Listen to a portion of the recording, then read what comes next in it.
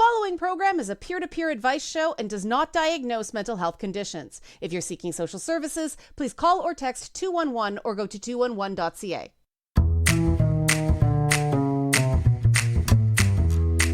Hello, listeners around the world on radio, streaming, and podcast services. This is It's Not Therapy. I'm Liana, and I am not a therapist, but I am your source for navigating the madness of mental health using my top 10 sayings for going good crazy. This week, we're talking about surviving a narcissist, and I have delayed discussing this topic until I found a proper expert to talk about it. There's a lot of bad, confusing, misleading, and outright wrong information out there on the internet. But I happened to find Ross Rosenberg, psychotherapist and founder of the Self-Love Recovery Institute, and he'll be joining us later to discuss his unique approach that I personally love to treating those recovering from the absolute destruction narcissists can inflict on your life and sense of self. And to be honest, real talk, I'm still weeding the narcissist out of my life. It's tough when you're in the media for two main reasons. One, a lot of people assume everyone in the media is a narcissist, and it's not true. So the minute you hear that word, you tune out a little. And two, there are just more narcissists in the media, and anywhere a lot of money changes hands than there are in the general population. And so this balance of things that everybody gets called a narcissist, and yeah, there are more narcissists in certain spaces than in others, but still the majority of people you meet are certainly not candidates for an NPD diagnosis or even a pathological narcissist. They might just be a little arrogant or full of themselves. And this is the first problem with dealing with this topic. There are a lot of different terms floating around that's the same word, narcissist, but they mean different things. And that whole someone who's just boastful and vain getting called a narcissist, I call that a colloquial narcissist. And that's what most people think of when they talk about narcissists, right? Someone who is boastful, vain, grandiose, full of themselves. And that's not actually the primary thing going on with a narcissist, right? There's something called pathological narcissism, meaning a person who's exceptionally self-centered, has an unearned sense of superiority and a need for admiration, and, very important, a severe lack of empathy. A lot of boastful people can be really, really sensitive and concerned, and they can be selfless when it counts. A pathological narcissist, not so much. And pathological narcissism is a much wider net. It overlaps into other, cluster B personality disorders and addiction. I mean, the whole term codependency came from addiction circles. Pathological narcissism is not narcissistic personality disorder, otherwise referred to as clinical narcissism.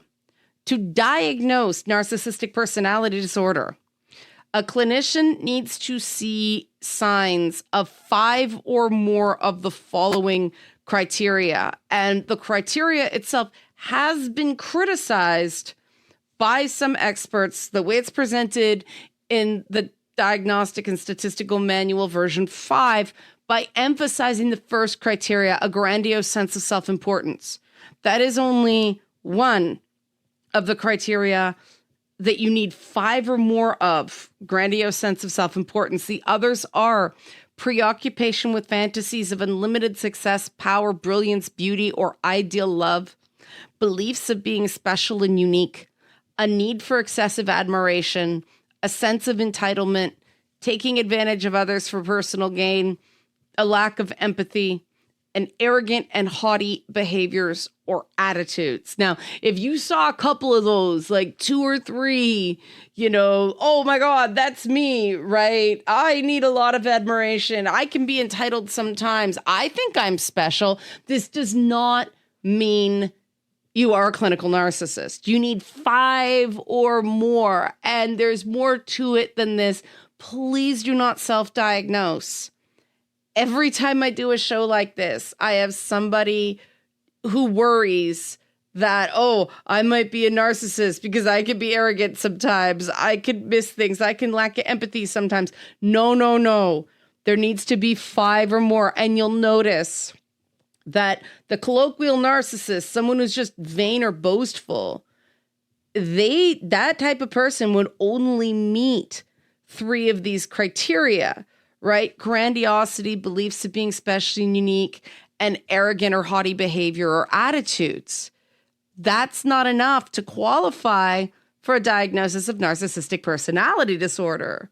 Now, a legit clinical narcissist may not display any of the external, grandiose, arrogant traits, not outwardly, but they would still qualify because they lack empathy. They're entitled. They take advantage of other people. They're preoccupied with fantasies of unlimited success, power, brilliance, or beauty. They want to be surrounded not just by exceptional, not just exceptional, but utterly perfect people, right? And those people will revere them no matter what they do.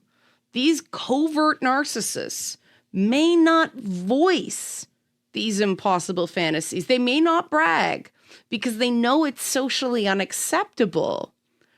But these entitlements, these inflated sense of self-importance, they come out every time they crucify someone around them for a small mistake. Every bout of narcissistic rage is a tell. And anybody who's been on the receiving end of narcissistic rage probably felt a little jolt of fear just hearing the term narcissistic rage. Narcissistic rage is terrifying to be on the receiving end of, or even to be a bystander to. It's not healthy anger, not even close.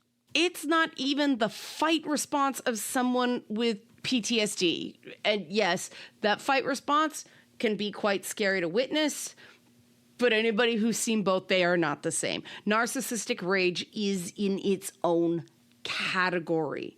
It is brutal, it is intense, and it can go on, sometimes loudly, sometimes in this, simmering silent treatment.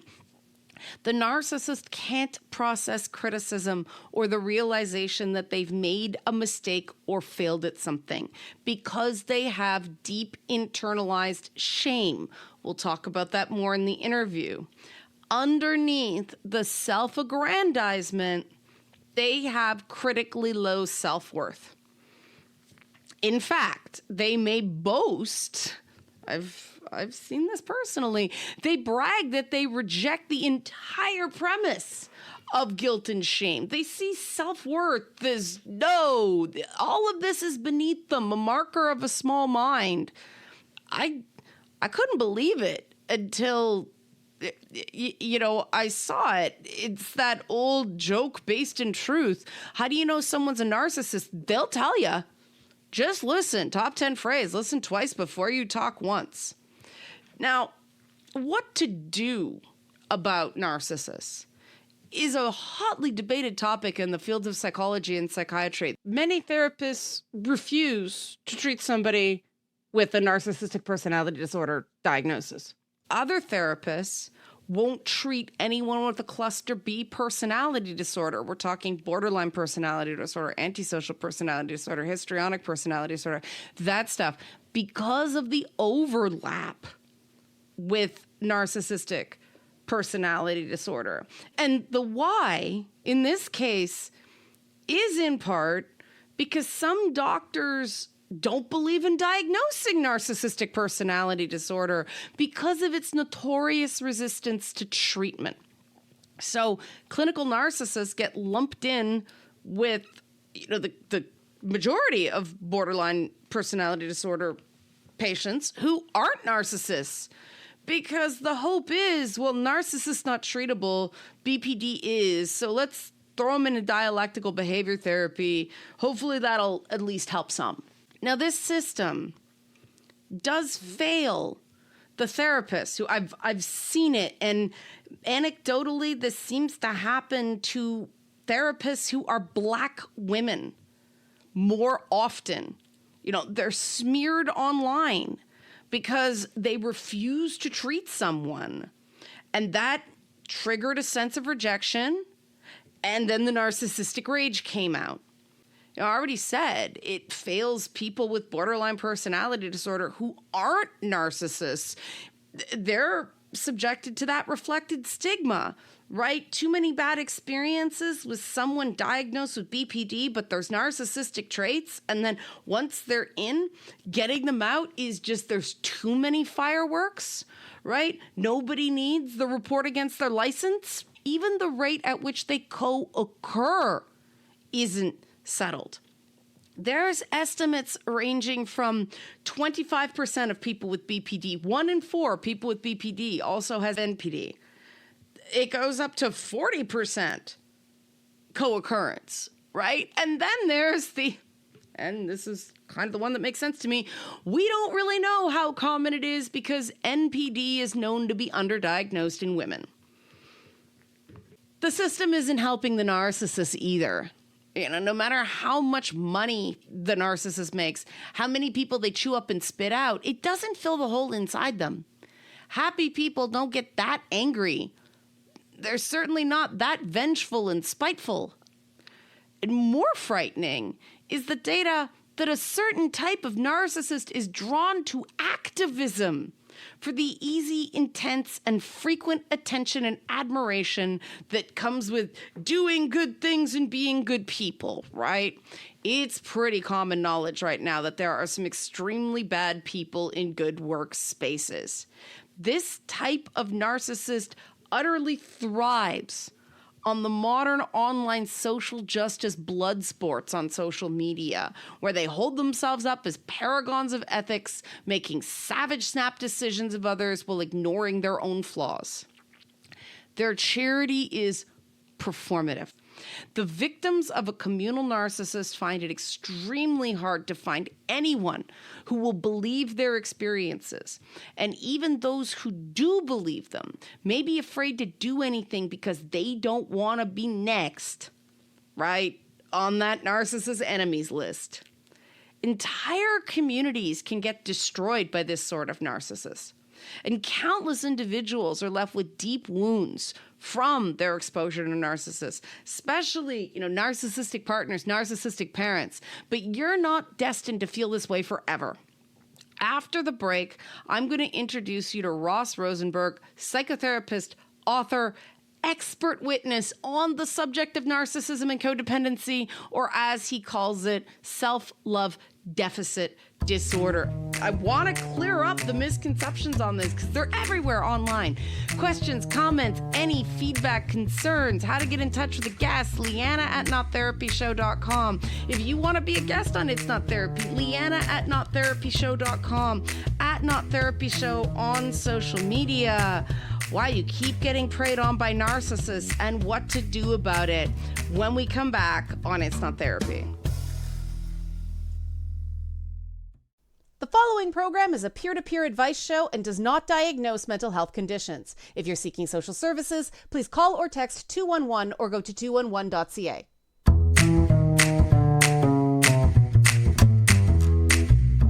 We're back on It's Not Therapy. I'm still Liana Kersner. I'm still not a therapist. We are talking about narcissism and the people who will try to love them. And I'm very excited for this guest. I said so off the top. It took me a while to find an expert to come on and talk about this topic because, well, you heard this stuff off the top. There's a lot of narcissists talking about narcissism out there. Ross Rosenberg is here with us. He's the owner of the Self-Love Recovery Institute. He's a psychotherapist, trainer, author of The Human Magnet Syndrome, the codependent narcissist trap. Now, Ross has renamed codependent codependency self-love deficit disorder. We'll get to that in a bit, but Ross, I want to do a bit of a cover your butt. You in Sure. your work talk about pathological narcissism, which is Okay. something different from narcissistic personality disorder. So let's start there. Okay. So one of the things that I discussed in all the books I've written is that whatever the problem we're talking about should be understood on a continuum. And the very first book was The Human Magnet Syndrome, and it talked about narcissists and codependents, two opposites fitting together and being attracted to each other like opposite magnets. But even in that book, I created a theory that differentiated the types of narcissism from the types of codependency or chronic caretakers. And so what I found out is the type of person a codependent falls in love with, or someone with self-love deficit disorder falls in love with, almost always is someone with one of three personality disorders: narcissistic, borderline, or antisocial personality disorders. And those three have a narcissistic core. They're different personality disorders, but they have a narcissistic core. And therefore, I came up with, actually, I didn't invent the term. I just made it more specific. Pathological narcissist is one of three personality disorders of those three personality disorders. Because I personally, I had one marriage with someone with borderline personality disorder. I had another marriage with someone who had narcissistic personality disorder. So there's a more common features in those three disorders than there are differences.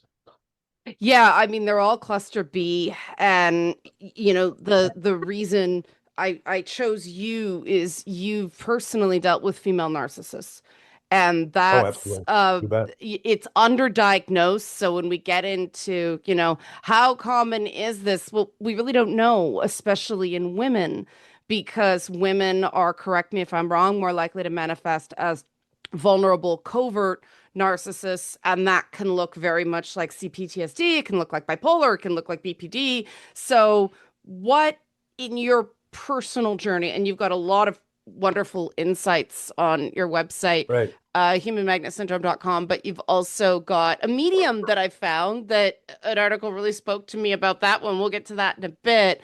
But what did you find in your own journey? What is self-love deficit disorder? First of all, it's selfloverecovery.com. Thank you for that website mentioned.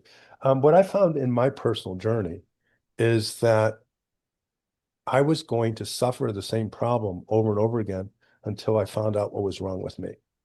Now, you can get on YouTube, you can go on TikTok, you can go on any podcast, and everyone's going to talk about the big bad narcissist, or just you got to stay away from, and you got to learn how to fight and break away, etc.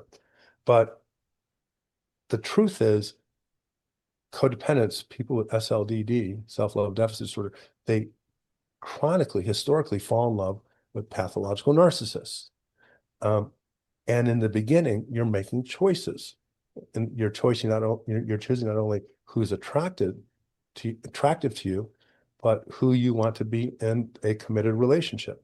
You're making decisions on staying in that relationship when things get bad.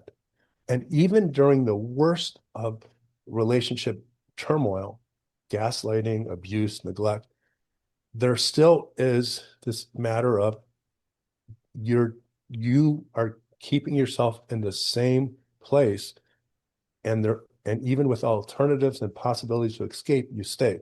So once I kind of realigned this problem as that we are only going to survive and break this habit by understanding who we are and solve that problem. Because we know the narcissists aren't going to solve anything. They don't want to work on anything. If you ask them, they'll tell you there's nothing wrong with them. Mm-hmm. That is a symptom that runs across all three personality disorders. So my whole focus is I'm a psychotherapist who developed a treatment program that addresses this pathological attraction pattern as my therapist once said, falling in love with the same person, Person. but a different face. And if we can overcome our own self-sabotaging nature that the narcissists take full advantage of, we can break free, because there's no solution in getting the narcissist to change. Right. So I had to figure this out through trial and error, and it a lot of error Yeah. until I because people my experience was other therapists, other mental health practitioners, books, they weren't addressing this.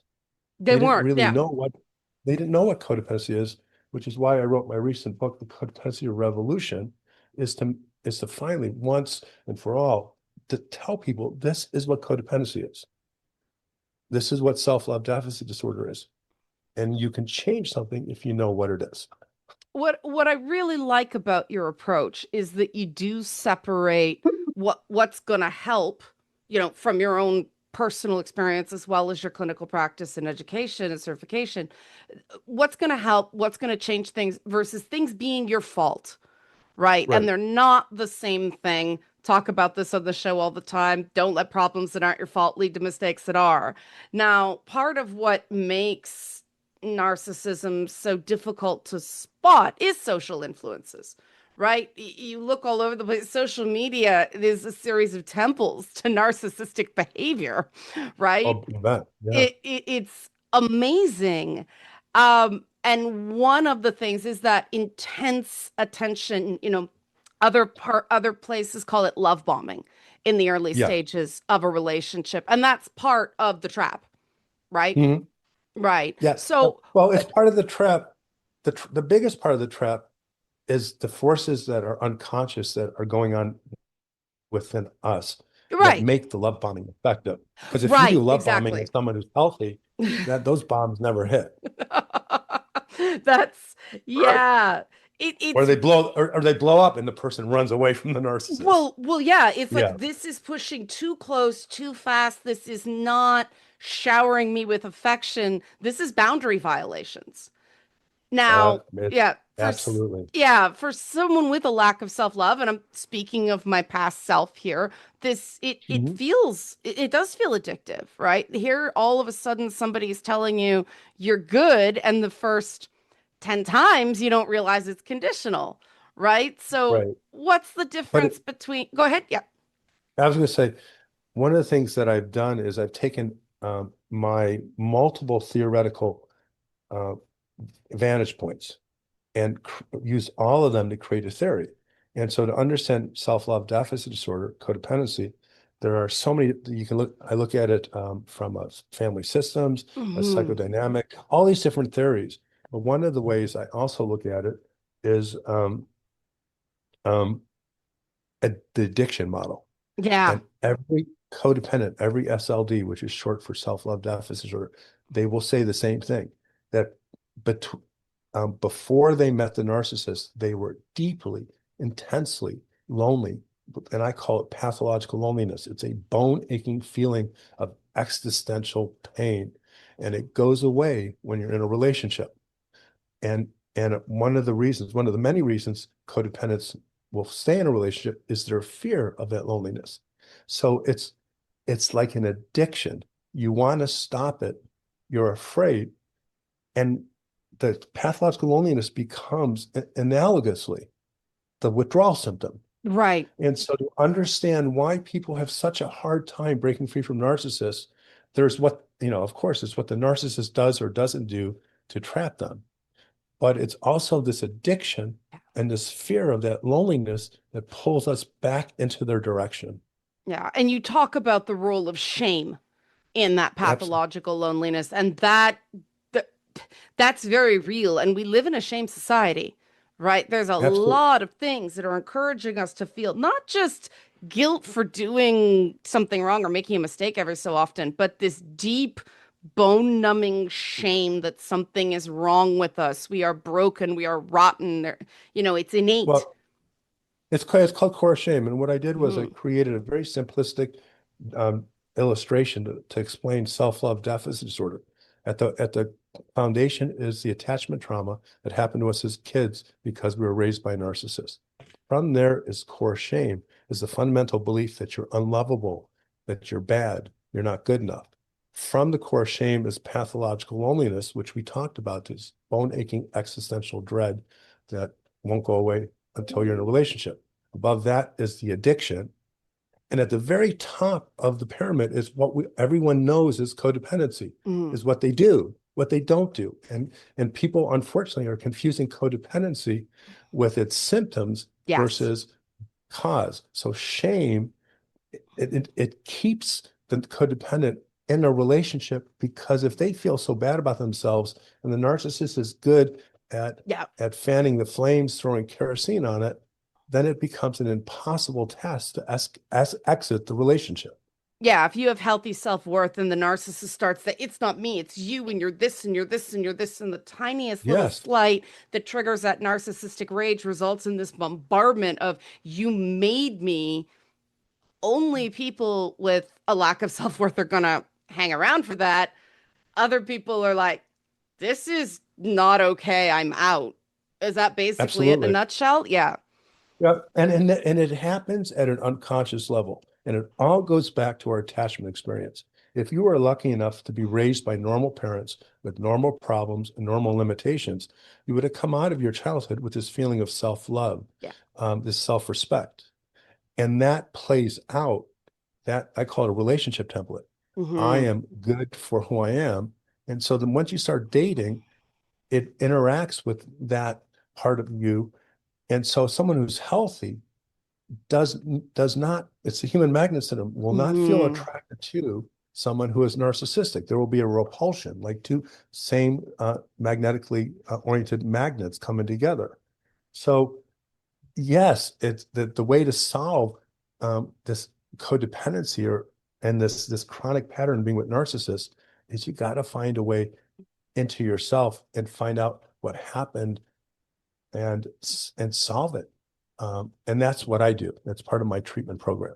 Right. We're talking to Ross Rosenberg of selfloverecovery.com. He is the founder of the Self-Love Recovery Institute, author of multiple books, and an expert on narcissism, codependency, or as he calls it more accurately, self-love deficit disorder. Ross, I want to go to a quick break, come back and talk about why relationship counseling, any counseling, doesn't work when you've got a pathological in the mix. Sound good? Sounds good to me. We'll be back more with Ross Rosenberg, Self-Love Recovery, and Narcissists on It's Not Therapy. The following program is a peer-to-peer advice show and does not diagnose mental health conditions. If you're seeking social services, please call or text 211 or go to 211.ca.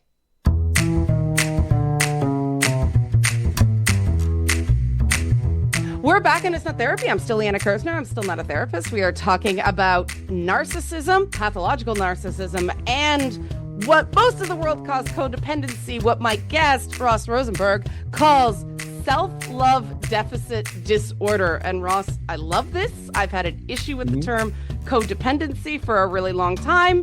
It is misleading. And before the break, I said I want to get into counseling and why it doesn't work. And this is a deeply personal issue for me because I was raised by a biological father who showed narcissistic traits. And one of the things he did was weaponize the family therapy system against his family. He therapist shopped, you know? Yeah. So I remember being a teenager and we had this one therapist. She was great. She saw right through him. And we had one session and we never saw her again.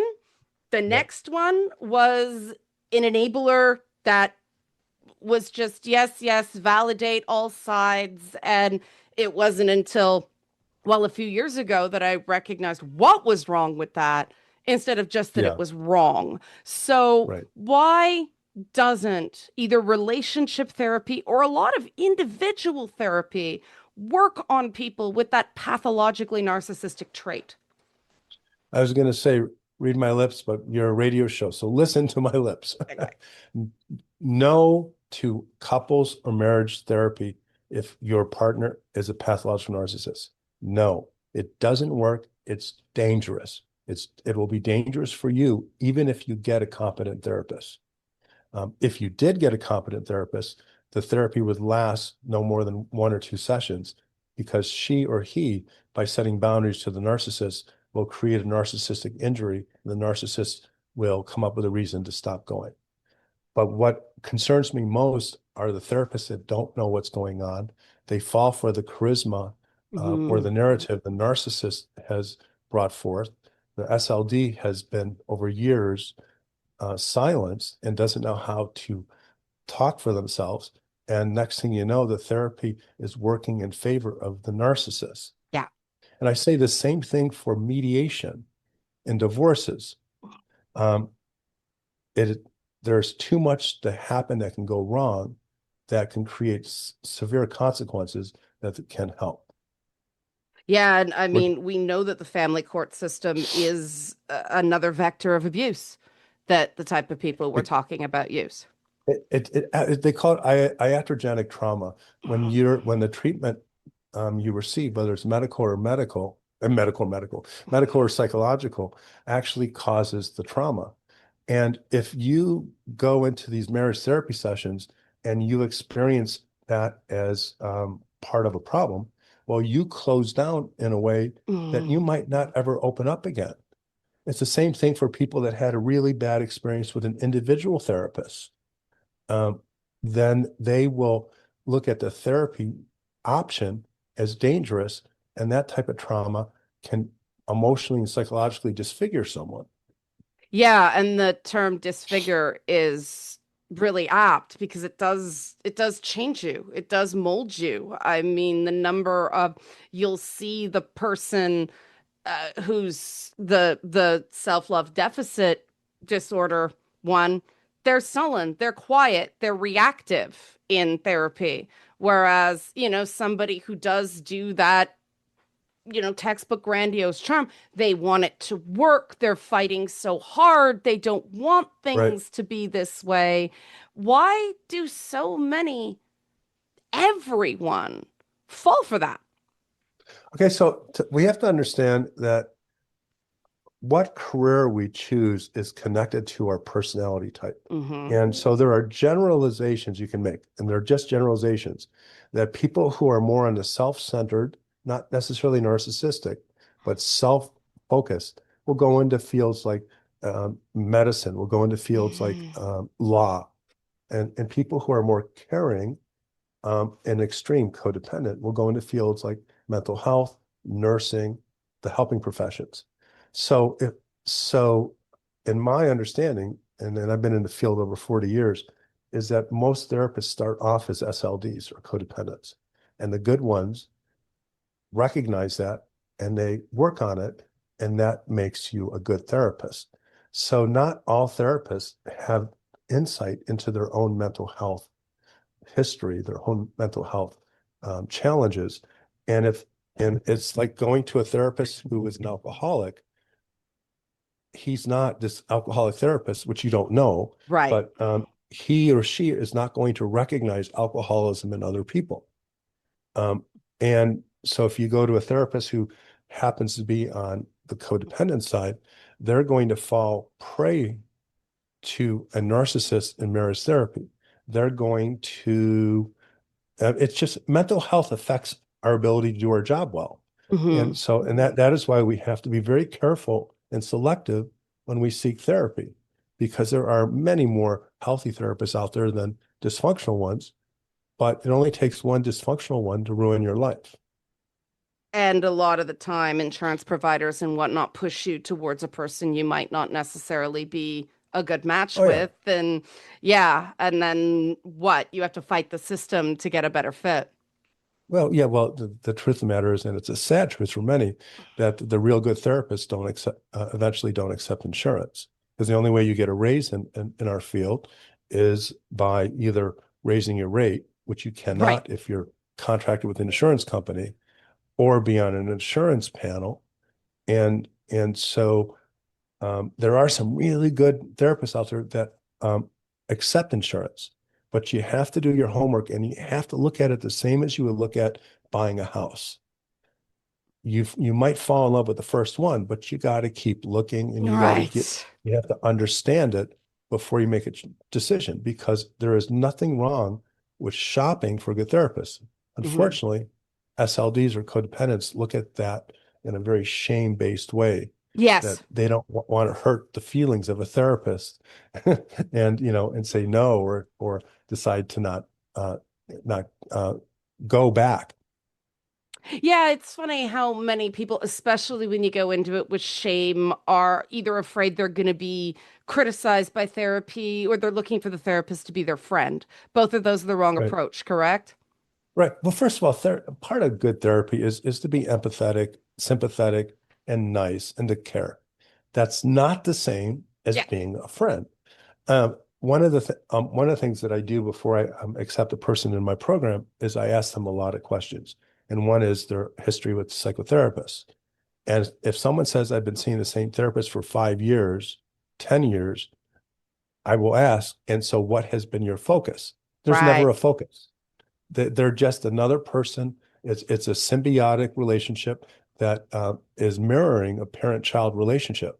And unfortunately, that does not help them with the core problems that the Yeah. therapist either is unable to understand or see, or they can't overcome. And they're mistaking the friendship and the caring and the parent-like the parent-like feeling. They call that transference and countertransference. Hmm. And Hmm. that is more dangerous than helpful. But a, a good therapist can be kind and sensitive and empathetic and supportive. They also can set boundaries. They also can lead the client in the right direction, even if the client is afraid and scared. Yeah. Now, I imagine you have to screen for actual narcissists trying to get into your Oh, program too, huh? absolutely. Yeah. I, I created my intake form over the years. I worded it a certain way. Um, and and the way you answer two questions will tell me if you're an SLD. And I will ask, um, explain to me in what ways you are codependent. Well, the Okay. codependents always say, well, I give too much. I take care of people. I'm silenced. Well, the narcissists, they identify with a part of my theory and book is about loneliness and shame. And because I talk a lot about that, they assume that that is just a codependent problem. No, it's also a narcissist problem. Hmm. So yes, I absolutely have to screen, and it's not a pretty situation if I take on a client and they're a narcissist, Yeah. because things fall apart. So, I don't know what to do and don't want to know, and pissing off a client can cause a lot of problems for one's business. So you got to be very careful. Yeah. And this is a question I was going to ask, but the conversation went in a different direction. Mm, Um, you know, a real misunderstanding about narcissists, they always have that grandiose, inflated sense of self.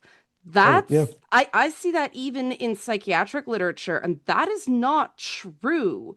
Like you said, there's this core emptiness or Yeah. instability inside them. I recently wrote an article on narcissistic injury and narcissistic rage. Mm, And I say every narcissist has huge shame, huge self-hatred.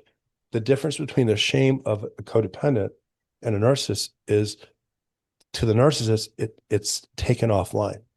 They're not able to consider that consciously.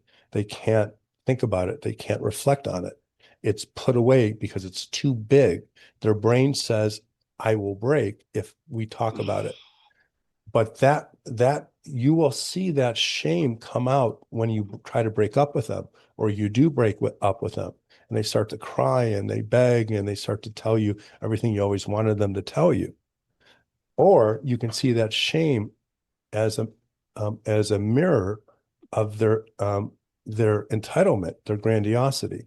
When someone says, I'm a lot smarter than that person, hmm. and you know what's going on, you start to think, well, that guy must be really insecure that he has to say that.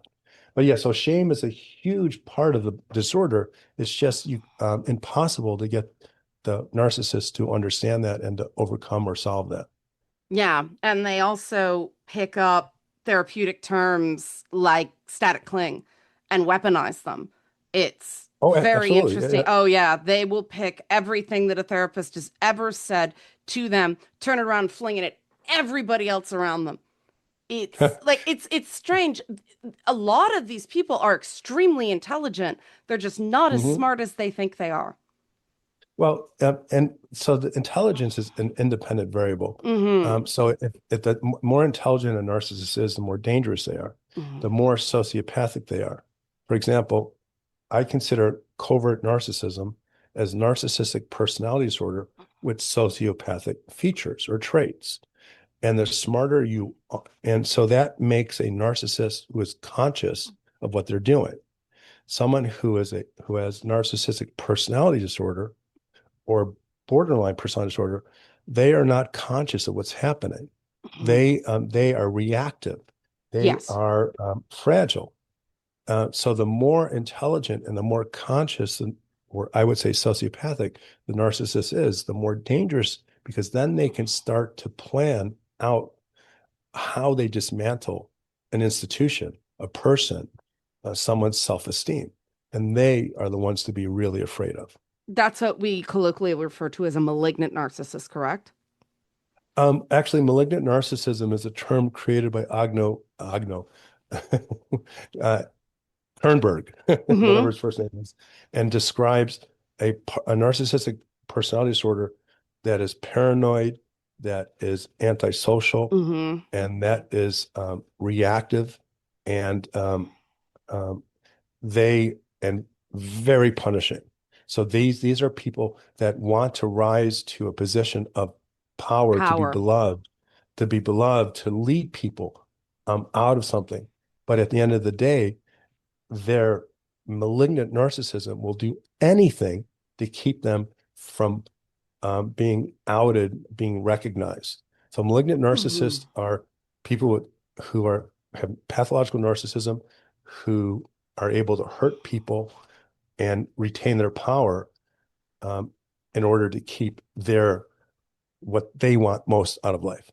Now, Ross, I'm sure a lot of people are, how do I get in touch with this guy? Like, I need this in my veins.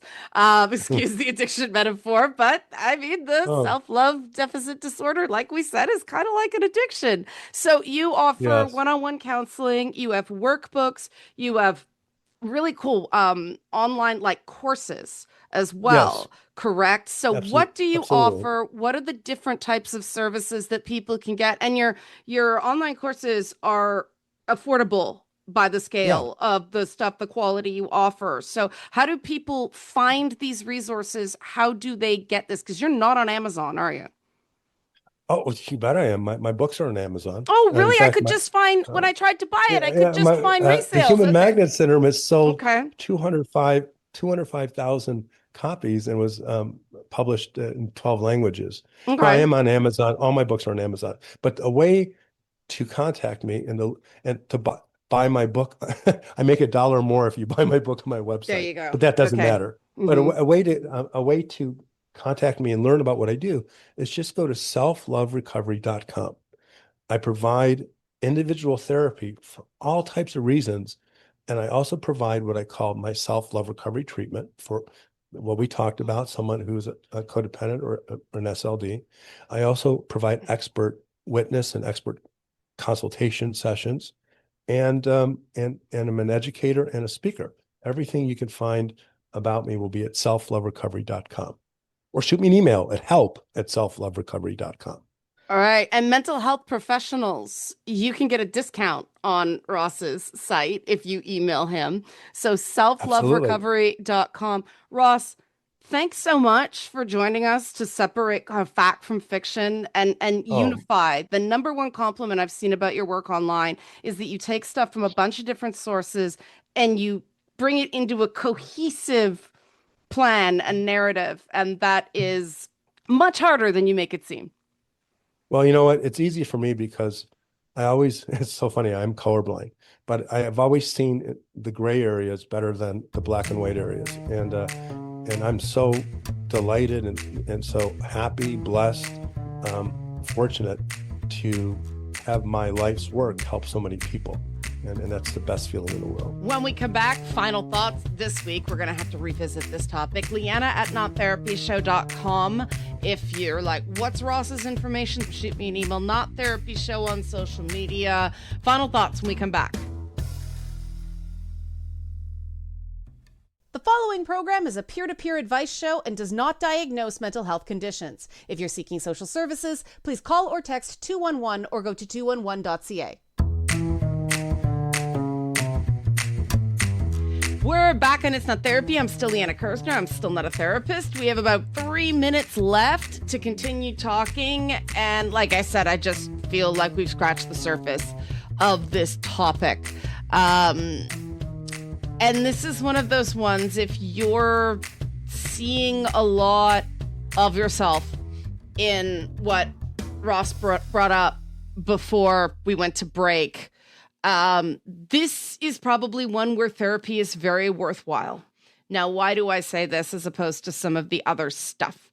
Because of the amount of gaslighting that goes on when you have escaped a narcissist, or maybe still living with one, or working with one, or there's one in your family. Having someone who is qualified will not only help you insulate against the narcissist in your life, but also help insulate you against a lot of the misleading, not great information out there.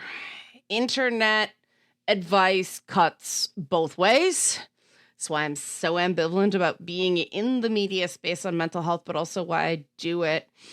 If finances are the thing holding you back right now, like I said, Ross has some very affordable resources on his website.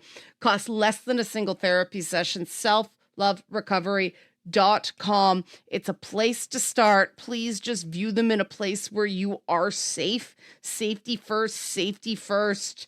Clock second. I am out of time.